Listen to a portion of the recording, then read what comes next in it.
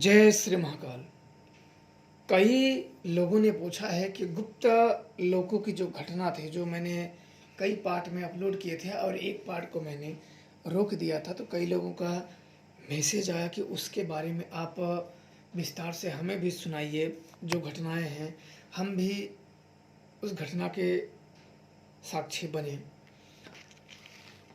तो कई लोगों के अनुरोध पे मैं आप लोगों को वो घटना में बता रहा हूँ। उसे बताने की इच्छा नहीं, क्योंकि ये आगे की घटना कई खतरनाक थी और उसके साक्षी कई शिष्य थे और कई शिष्यों की जिंदगियां दांव पे लगी हुई थी। तो कई लोगों के कहने पे आप लोगों को मैं बता रहा हूँ, और ध्यानपूर्वक सुने और इन चीज़ पे समझें।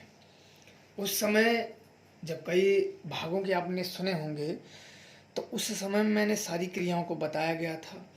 हमने शिव, जो एक शिव स्थान है, आप वहाँ के जब अंदर प्रवेश करोगे उसके पहले ही एक शिव का स्थान है। तो मैं अब शक्तियों से बताई हुई चीज़ें आपको बता रहा हूँ। तो मेरी शक्तियों ने कहा कि इस जो आप यहाँ दीपक जलाओ और यह दीपक बुझना नहीं चाहिए। तो मैंने अपनी शक्तियों से यह पूछा कि दीपक जलाने का क्या तात्पर्य है। तो उनका कहना है कि ये दीपक एक प्राण ज्योति की तरह है।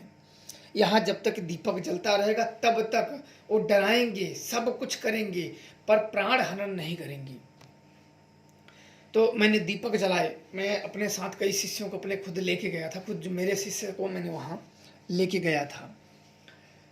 और मैंने वहाँ शिव जी के स्थान पे मैंने पूजा की, कुछ फूल अर्पण किए, कुछ भोग अर्पण किए, और फिर मैंने दीपक जलाए। फिर जाते जाते मैंने उस दीपक में खाली ना रह जाए और तेल भरे, ताकि वो ज़्यादा देर तक चले। किसी कारणवश अगर हमें 10-5 मिनट का लेट होता है तो ये दीपक जलता रहे। पर मन में एक शक सदैव था कि ये दीपक बुझ जाए, कहीं हम इधर उधर काम करने में, कुछ देखने में या कुछ वार्तालाप करने में अगर हमें क्या पता कि यहाँ का दीपक निकल जाए। तो हमें एक चिंता यह भी थी। और कई लोगों का यह मानना होगा कि आप बड़े दीपक लेके आते। तो इसके पहले यह ज्ञात नहीं था कि यह शक्तियाँ यह नहीं बताई थी कि यहाँ दीपक जला के जाना होगा, क्योंकि रात्रि में कभी प्रवेश नहीं हुआ था। अब हम अपने शिव के डांटे, तभी सुजान ने कहा कि क्यों मरने के लिए जा रहे हैं। उसने ऐसे ही कहा, कान में आया और एक हवा का झोंका जिससे लगा, बिल्कुल ठंडा ठंडा, और मैं से हवा पर ध्यान केंद्रित किया तो पता चला कि क्यों मरने के लिए जा रहा। तो अच्छा, मैंने उसकी बातों पे ध्यान नहीं दिया। मैंने बोला चलो फिर चले। अब चलने के बाद एक थोड़ा सा पत्थर आता है, तो हम सब वहाँ रुक गए। और उसके बाद वो बांस के जो पूरे पेड़ हैं वो शुरू हो जाते हैं। कई लोगों ने एक बार वीडियो में जो बांसों के फोटो मैंने दिए थे वो मैंने अपलोड किए हैं पहले ही। तो बांस के अंदर भीतर एक गुफा है, उसमें से हमें एंटर करके और वहाँ से उनका माया शुरू होता है। और वहाँ रुके और वहाँ ऐसे बिल्कुल आंख खोले, जैसे कोई दिव्य दृष्टि प्राप्त होती है तो आप आंख खोल के देखते हो, या नहीं बंद करके आप लोग देखते हो, वैसे आंख खोले खोले सब कुछ नज़ारा दिख रहा है कि हम सबका भूत प्रेत बिल्कुल जैसे प्राण हनन करने के लिए वहाँ इंतजार कर रहे हैं कि आओ। और मैंने शिव जी का क्रोश डाका, तभी मेरी शक्तियों ने चेता दिया था कि मरने के लिए जा रहे हो। मैंने उस समय पे जब वहीं खड़ा पत्थर होकर सदने को बोल दिया, एक बार मैंने अपने शिष्यों से फिर एक बार पूछा कि क्या आप लोग चलने के लिए तैयार हो, क्योंकि हिम्मत जांचना बहुत जरूरी होता है। इसलिए मैं अपने शिष्यों को, आज तक कोई भी शिष्य कितना भी मेरा प्रिय बना हो, पर मेरे साथ कभी शमशान नहीं गया है, और न तो मेरे साथ शमशान में कोई साधनाएं की है, और न तो मेरे सामने कभी शमशान में बैठा है न कुछ। क्योंकि मैं जानता हूँ कि जिस दिन शक्तियों को मैं आवाहन कर दूंगा, प्रत्यक्ष शूल मंत्रों को चला दूंगा, तो ये सब वहीं पता ना प्राण त्याग दें, और वहीं एक जीता जाता सबूत तक मैं सिर्फ दिखाने के लिए लेकर गया था कि एक जांच, चलो कि आप लोग थोड़ा सा आए हो बड़े दूर दूर के, एक सीखने के लिए। सबकी मनोभावना होती है कि हमें भूत देखना है, प्रेत देखना है, कैसे होते हैं क्या, सबके अंदर इच्छा होती है। और जब तक व्यक्ति नहीं देखता है तो सत्य और असत्य के बीच में वो झूलता रहता है, उसे सच्चाई का पता नहीं रहता है, क्या सच है क्या झूठ है। वो बिल्कुल भ्रमित संसार में, फला व्यक्ति ने कुछ और बोल दिया तो उसकी बातों को मान लिए, फला ने कुछ और बोल दिया, बस वो जब तक उनकी जवानी रहती है तब तक वो भ्रमित में घूमते रहते हैं। यह मुझे भली बात ही ज्ञात है, क्योंकि मैंने अपने जीवन में बहुत सारी अनेकों साधनाएं की हैं और मेरा खुद का तजुर्बा है, मैंने खुद ही साधनाएं की है। मैं उन अनुभव के आधार पर मैं बता सकता हूँ कि यहाँ वहाँ भटकने से कोई कुछ भी प्राप्त नहीं होने वाला है। एक दिन इन सब का आपको पछतावा होगा। तो इसके बाद वहां जब गए तो शिष्यों से कहे, और तब तक वहां बिल्कुल हा हुल्ला बिल्कुल मचने लगा, जैसे हाहाकार मच गया हो अंदर, आदमियों में बिल्कुल आवाज आने लगी, बिल्कुल धड़ाम धड़ाम आगे कूपनामा है, जिसमें आपने मेरी वीडियो में कहीं में देखा होगा कि मैं बिल्कुल गले तक पानियों में हिला हूँ करने के लिए। उस समय पे वो अलग है, उस समय पे मुझे कही थी कि तेरे में इतनी हिम्मत है तो गले भर पानी में आके हिल जा। मैंने बोला ठीक। बोले कि तो देवी शमशान काली के इतना भक्त है तो आ जा गर्दन भर पाली। मैं बोला ठीक है माता, अगर जीवन आपको बचाना है तो आप जाने, अन्यथा अगर आज मेरी मृत्यु है तो वहीं सही। मैं पानी में घुस गया हूँ और बिल्कुल हाथ जोड़ के देवी काली का ध्यान, मुझे पता है कि दो हाथ मेरे दम बिल्कुल पैर के निचले हिस्से को पकड़ लिए हैं, कभी भी खींच सकते हैं, लेकिन ध्यान नहीं डिगा और नहीं डिगा, क्योंकि मुझे उसमें पता है कि कई ऐसी अनगिनत जाने गई हैं, कई 100 जाने गई हैं, दूर दराज के लोगों को, कई इर्द गिर्द के लोगों को मार दिए हैं, कई लोग वहाँ दरिया देखने गए हैं, अचानक में पानी आ गया है, अकाल मृत्यु मर गए हैं बिना मौत की मौत। तो बहुत बाद में ऋषि मुनियों ने, बहुत साधुओं का स्थान है, साधुओं का बहुत पुरानी स्थान है। मैंने भी बचपन में सुन रखा था, लेकिन डरवश में गया नहीं था, क्योंकि देखो उड़ता तीर पिछवाड़े में नहीं लेना चाहिए कभी भी किसी को भी। तो हम लोग भी क्यों ऐसे बड़ी अम्मा बनने के लिए हम क्यों जाएं, कि अपने 30 मार खान की तरफ बड़ी अम्मा बनने के लिए हम क्यों जाएं कि हम ये करते हैं वो करते हैं। भाई जो चीज शांत है उसे छेड़ना क्यों जरूरी है। पर इस समय मैं कई अरसे से मैं वो पूजा करने जा रहा था, तो मैं अपने कई शिष्यों को ना तुम सब चलो। अब वहां जाने के बाद पत्थर पे बाहर ही बैठ गए और फिर मैंने खड़े खड़े ही ध्यान लगाया तो बिल्कुल हाहाकार मच रहे हैं, पानियों में धड़ाम धड़ाम की आवाजें, जैसे हम लोगों का वहां वध करने के लिए बुला रही हैं, वध करने के लिए बुला रहे हैं। और एक सा नीला सा था, उसने अपने हाथों में तलवार लिए दिखा, वो तो मेरे शिष्यों को भी दिख गया। मैं एक जगह पानी पे कई शिष्य खड़े थे, मैंने तुम सब आगे पीछे खड़े रहो, और एक शिष्य को आगे लेके आया, उसको बिठाया और हाथ में उसके सिर पे हाथ रखा, शमशान काली का ध्यान किया, उसके सूक्ष्म शरीरों को निकाल के वहां भेजा गुफा के पास, क्योंकि वह गुफा मैं ही जानता था अंदर की चीजों में, बाकी वो सब कभी अंदर नहीं गए थे।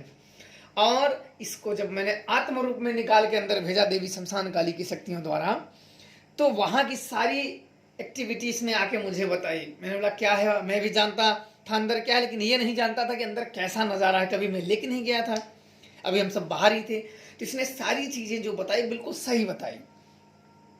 और उसने वो आदमी भी दिख गया बिल्कुल तलवार लिए, बिल्कुल वो बैठा था काटने के लिए, और मैं भी उसे देख रहा था। लेकिन मेरी इच्छा कि एक बार अगर पैर आगे की तरफ रख दो तो फिर पीछे मत मुड़ो। फिर भी मैं वापस मुड़ने के लिए तैयार नहीं था। शिष्य लोग बोल रहे गुरुजी चलो, गुरुजी चलो, गुरुजी चलो। और एक जन और थे, तो उनका मन था कि जाने के लिए। मैंने बोला ठीक है, इनको मैं भेजने की तैयारी था। बोले कि बांस के पास, ज्यादा दूर नहीं, लगभग 15 या 20 कदम होंगे। बोले यह बंदा अगर बांस के पास जाता है और इसके बाद बांस के आगे इसको प्रेत आत्माएं खड़ी देखेंगी, और इसकी अगर अंदर मन में लालसा जागी और ये मिलने की भावना से अंदर गया तो तुम फंस जाओगे। मैंने बोला मैं क्यों फंस जाऊंगा। इस सुजान ने कहा कि अंदर ये गया। मैंने बोला इसका मन क्या कहता है। बोले कि इसका मन यह कहता है अगर यह बांस के पास गया और सामने खड़ी आत्माएं दिखी तो 100 में 100% ये जाएगा ही जाएगा और इसमें तुम फंस जाओगे। मैं बोला मैं कैसे फंस जाऊंगा। बोले कि एक आदमी तुम्हारा अंदर रहेगा, बाकी सब बाहर रहेंगे। अंदर वाले को तुम बचाने जाओगे तो बाहर वाले छूट जाएंगे, और बाहर वाले को बचाओगे तो अंदर वाला प्राण से हाथ धो बैठेगा। अब मैं देखो बीच में फंस गया, अब करे तो क्या करें। और तब तक वहां प्रेतों की आवाज लोगों को नाम लेके बुलाने लगी। नाम जिसका जो नाम था, सब लोग बिल्कुल जो छोटे मोटे हिम्मतें बची थी ना, वो भी जवाब दे गई। एक मुंबई के शिष्य थे, उनको मैंने कहा ध्यान लगाओ, उनको भी मैंने सिर पे हाथ रखा और उनको माता का प्रार्थना किया ध्यान लगाओ, तो उनको सीधा ही पता चल गया कि आगे मृत्यु है। लेकिन फिर भी उस शिष्य ने यह कहा कि गुरुजी हम मरेंगे तो आपके चरणों में। मुझे यह सुन के बड़ा आश्चर्य हुआ कि चलो कोई बात नहीं है, जो होगा देखा जाएगा। मैंने फिर सुजान का ध्यान किया और तब तक आंख मैंने जब बंद किया तो मेरे जो आश्रम पे माता काली के सामने जो 300 साल पुरानी त्रिशूल गड़ी है, वो त्रिशूल मेरे जैसे हृदय में वो साफ दिखने लगी, लेकिन हवा में बिल्कुल वो उड़ रही है जैसे लड़ने के लिए तैयार हो, खून की प्यासी हो, ऐसे त्रिशूल मेरे ध्यान में दिख रही है। और मैं समझ गया कि अब आगे जो होगा वो बहुत ही भयानक होगा। और मेरे हाथ में त्रिशूल नहीं है, क्योंकि मेरे गुरुदेव कहे हैं कि कोई भी बड़ा से बड़ा तंत्र, कोई भी दुनिया का बड़ा से बड़ा तांत्रिक, तुम्हारा कुछ भी, तुम्हारे हाथ में त्रिशूल है तो तुम्हारा कुछ भी नहीं कर सकता है। और इस त्रिशूल से उसका नाम अंकित करके और चारों तरफ घेरा बना के और एक बलि द्वारा करके त्रिशूल बीच में गाड़ दोगे तो उसका उसी क्षण उच्चाटक और विदेशड़ हो जाएगा और मारण के उसके योग बनना शुरू हो जाएंगे, उसका जिंदगी तबाह हो जाएगा। पर मैं ऐसे दुष्क्रिया नहीं करता हूँ। अब वो कुछ समय तक मैंने 2 मिनट तक ऐसे देखा त्रिशूल को घूमते हुए, उसके चुंदरी बने हुए बिल्कुल हवा में घूम रही है। तो मैं सोचा कुछ तो वही। आज मैंने ऐसी पहली बार अपने त्रिशूल को देखा था इस तरीके से, बिल्कुल जैसे खून की प्यासी हो।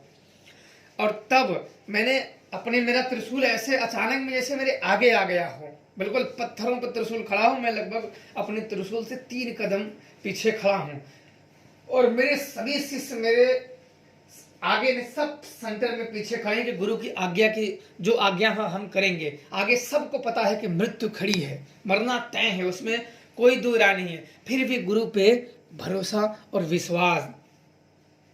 अब आगे खड़ी और तब तक मैंने सभी अपने शिष्यों के आगे एक चित्र, मेरे नेत्र के सामने एक चित्र दौड़ा, उस पत्थर के सामने सभी मेरे शिष्यों की लाश पड़ी दिखी मुझे। उसने दिखा दिया कि सभी लाश मेरे शिष्यों की ऐसे आगे लाश पड़ी। तो मैंने ये चीज किसी को नहीं बताई, अभी इसलिए अनुभव नहीं बता रहा था कि कई शिष्य में कभी भी अपने शिष्यों को डराना नहीं चाहता। मैं बढ़ा चढ़ा के इसलिए नहीं बताता कि उनकी आगे की जो साधनाएं हैं, जो क्रियाएं हैं, उसमें भी बहुत भयंकर परिणाम होने वाले हैं। अभी तो अपने वो कामों के, अपने बुद्धियों के, अपने हिम्मतों की परीक्षा दे रहे हैं। अभी तो बहुत आगे उनको सामना करना है। अभी से अगर डर जाएंगे तो आगे कुछ भी नहीं कर पाएंगे, वो भटक जाएंगे। जैसे हवा जब चलती है ना, तो कीट पतंगों को मन में जब दुर्भाव उत्पन्न हो जाते हैं और मन में श्रद्धा जन्म नहीं लेती है, अविश्वास जहां जन्म ले जाती है, वहां से उड़ चलते हैं। दो मेरे गुरुदेव कहते हैं कि 2 चीज पे कभी शक नहीं करने चाहिए, उनकी बातों पे कभी तौल नहीं करनी चाहिए। माता पिता एक और दूसरा गुरु, इन 2 की बातों पे कभी भी विचार नहीं करने चाहिए, सहसा इनकी आज्ञा का पालन करना चाहिए। और इन लोगों की आज्ञा ही थी कि हम चलेंगे गुरुजी, मरेंगे हम आपके चरणों में मरेंगे। और मुझे तो बड़ा आश्चर्य हुआ, क्योंकि विश्वास अगर है तो करना अति आवश्यक है। तो इसके बाद मैंने अहिराक्ष का आह्वान किया। अहिराक्ष बिल्कुल आगे सामने, जब बिल्कुल वो माया ऐसे प्रकट हुआ, बिल्कुल पीली रोशनी। अहिराक्ष जल्दी आता नहीं है, वो जब आता है तो अपने इर्द गिर्द में बिल्कुल गर्म होने लगता है, जैसे कि शरीर में कोई आग बस चुभाने वाला हो। उस समय पे बिल्कुल पीली रोशनी, बहुत विशाल काया, एक जैसे ऊपर से सीढ़ियों पर से उतर रहा, बहुत भीम काया लिए शरीर।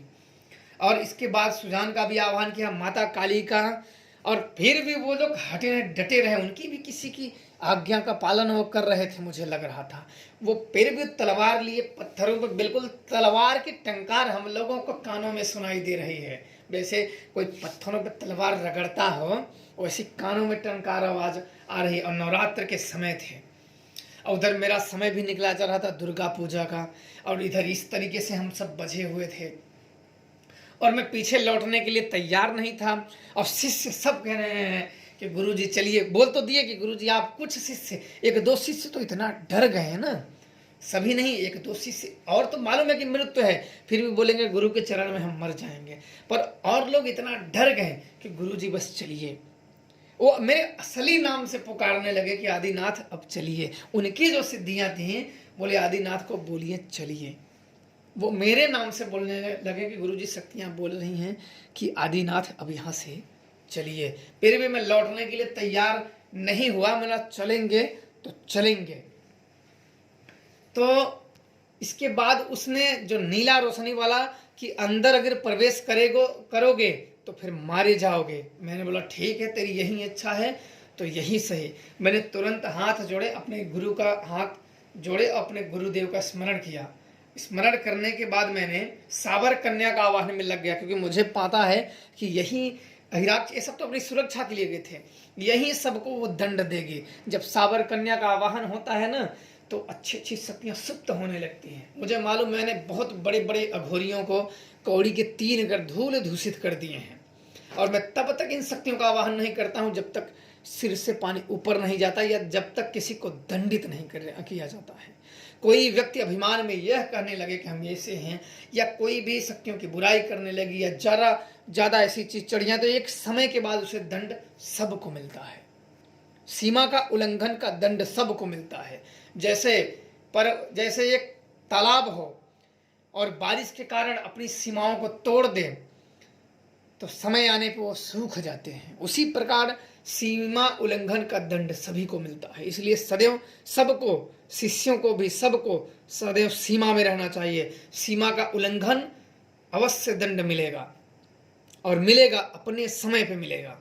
और उस समय पे जब उसने तलवार अपने कहा कि शब्द के लिए जिंदा नहीं जाओगे, मेरा भी माथा ठनका। मैंने ठीक है, यही देखा जाएगा। मैंने भी उसका आवाहन साबर कन्या के लगने लगे तो शमशान जब इधर से जागने लगा, बिल्कुल हाहाकार, जैसे लाखों आदमी हमारी तरफ आ गए हों। और लेकिन उनकी भी आवाज चालू थी।